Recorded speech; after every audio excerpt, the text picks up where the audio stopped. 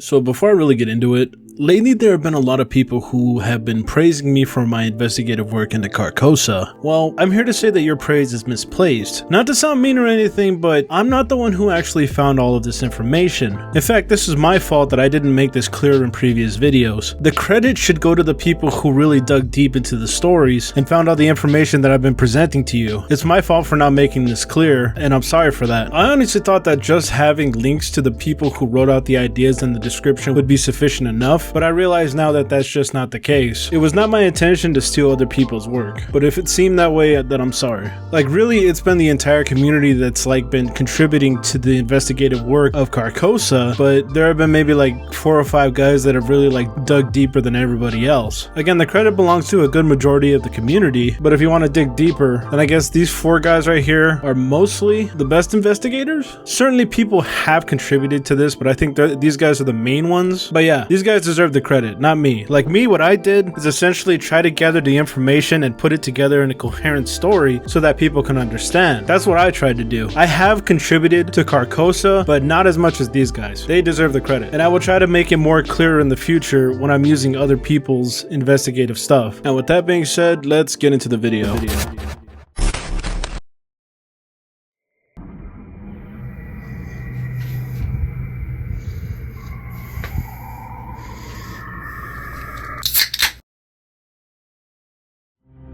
Hey everybody, it's back!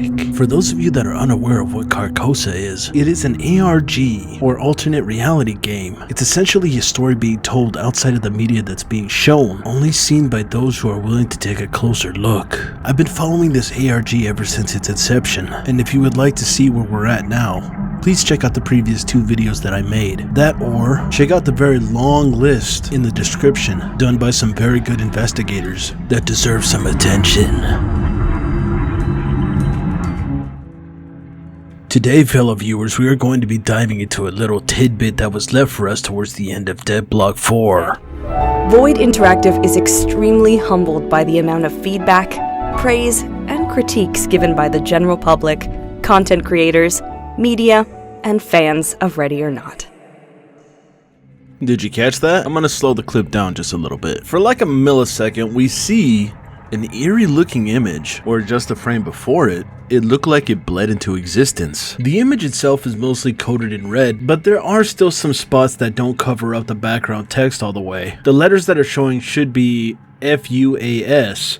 Fucking asshole. I searched around the internet to see if there was anything on this, but the things that I found don't seem to match up to anything related to Carcosa. There certainly were a lot of things to look through, but I gave up after about an hour of searching and going through the combination of letters. If you would like to continue my search, feel free, but I couldn't find anything conclusive. Good luck if you try. Then we have some interesting blue and purple looking blobs at the top left and bottom left of the image. There are these guys with the flowers on their heads. The flower itself is a bit hard to nail down, but Brutal Sweet in the Discord found a flower that could quite possibly be it. It is called the Tigaridia pavonea, the white tiger variant. According to Wikipedia, this species of flower is widespread across much of Mexico as well as Guatemala, El Salvador, and Honduras. It's a very popular ornamental plant among lovers of interesting flowers. The bloom comes in a variety of colors. They open early in the morning and are already closed around 5 p.m. when dusk begins to fall. Every day a different bloom is opened. I feel like there's some symbolism going on here, because as you can see, the flowers are on top of the heads of people we know as the paramilitary force. These are the bad guys who are featured only in the multiplayer. How we know who these guys are is because upon further examination, we see a distinct red bag that is only worn by the paramilitary force as featured in the multiplayer. So let me reread you Tigaridia pavonea back to you, but with some things changed around. The paramilitary force is widespread across much of Mexico as well as Guatemala, El Salvador, and Honduras. It's a very popular organization among lovers of interesting flowers. The bloom comes in a variety of colors. They are open early in the morning and are already closed around 5 p.m. when dusk begins to fall. Every day a different bloom is opened. Now again, this is just speculation, but I tried to put 2 and 2 together. So moving on from that was just my little theory that you heard. But there was a guy in the Discord who goes by the username Beer Drinker. He had suggested that it could be a anamorphosis, which is a distorted projection or perception of requiring the viewer to occupy a specific vantage point. It's a very interesting art technique, and this is kind of like the first time that I really heard about it. I mean I've seen it, but I've never knew the actual name of it. I was actually kind of hoping that this was what it was, but some people have said that it doesn't look like enough of a shape to actually make it look like something. But as far as I know, nobody's actually tried to test it to see if there was actually anything conclusive to come from that. So it doesn't seem like anything, but if you want to prove me wrong, prove me wrong. Moving on. So how does this all fit into Carcosa? Well, in the Discord, a guy by the username Beppy Good Old Rebel was,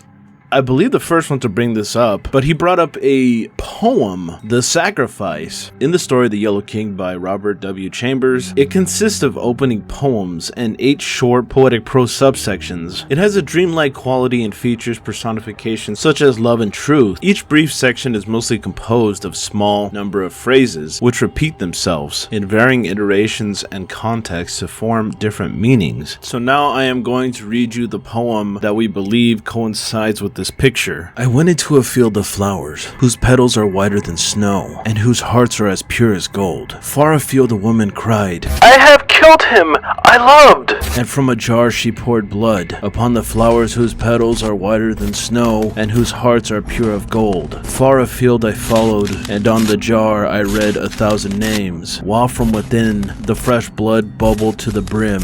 "I have killed him I loved!" she cried. "The world's athirst, now let it drink!" She passed, and afar afield I watched her pour blood upon the flowers whose petals are whiter than snow, and whose hearts are pure of gold.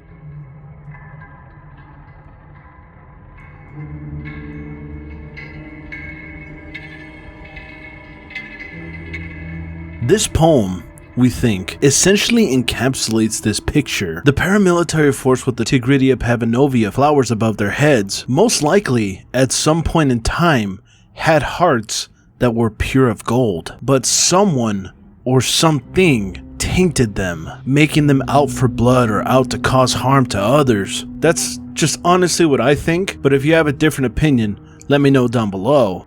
We still haven't figured out what these purple and blue blobs that are at the top and bottom left of the picture are. It's still a mystery at the time of this recording, or at least I didn't see anybody with a conclusive answer or theory, so I'm just assuming. So I took it upon myself to try and see if I could fill in the blanks. Going on to Google, I typed in the king in yellow and purple.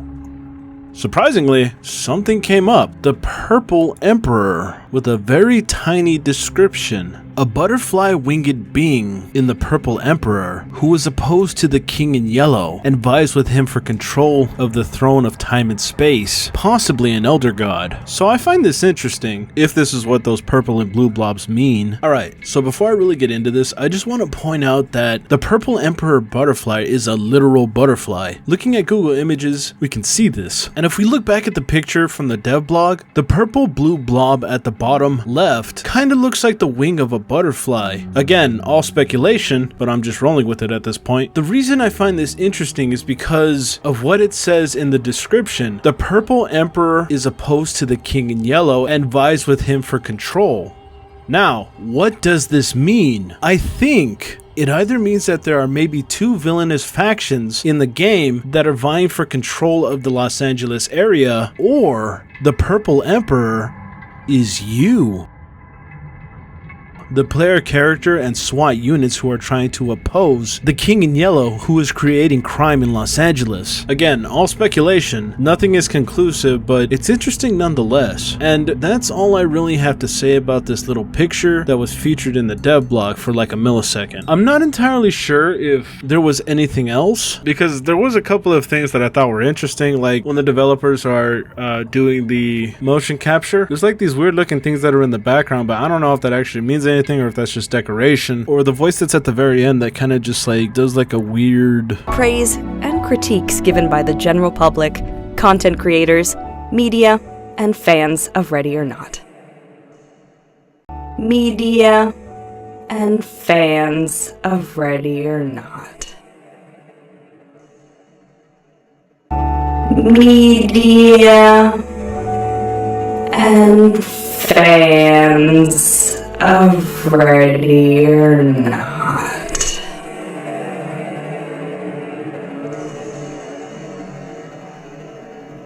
Yeah, I don't know if that actually means anything or if it's just like a cool little trick that they tried to do. But yeah, what are your thoughts? Do you have any theories that I didn't bring up? Is this your first time actually watching this? If so, be sure to watch the first 2 videos that I made to get you caught up to speed of where we're at. Those will be linked at the top right, or should also be in the description, but if not, it's towards the end of the video. Alright, if you like the video and the content, be sure to subscribe and ding the bell, like the video, and share it. I can't stress that last one enough because the algorithm is always kicking my ass. If you would like to support the channel, check out my Patreon. Just send me $2 my way. Or if you really want to invest in the channel, check out my NordVPN affiliate link. And with that, I want to thank everybody for coming out to watch, and I guess I'll catch you in the next one. Bye-bye.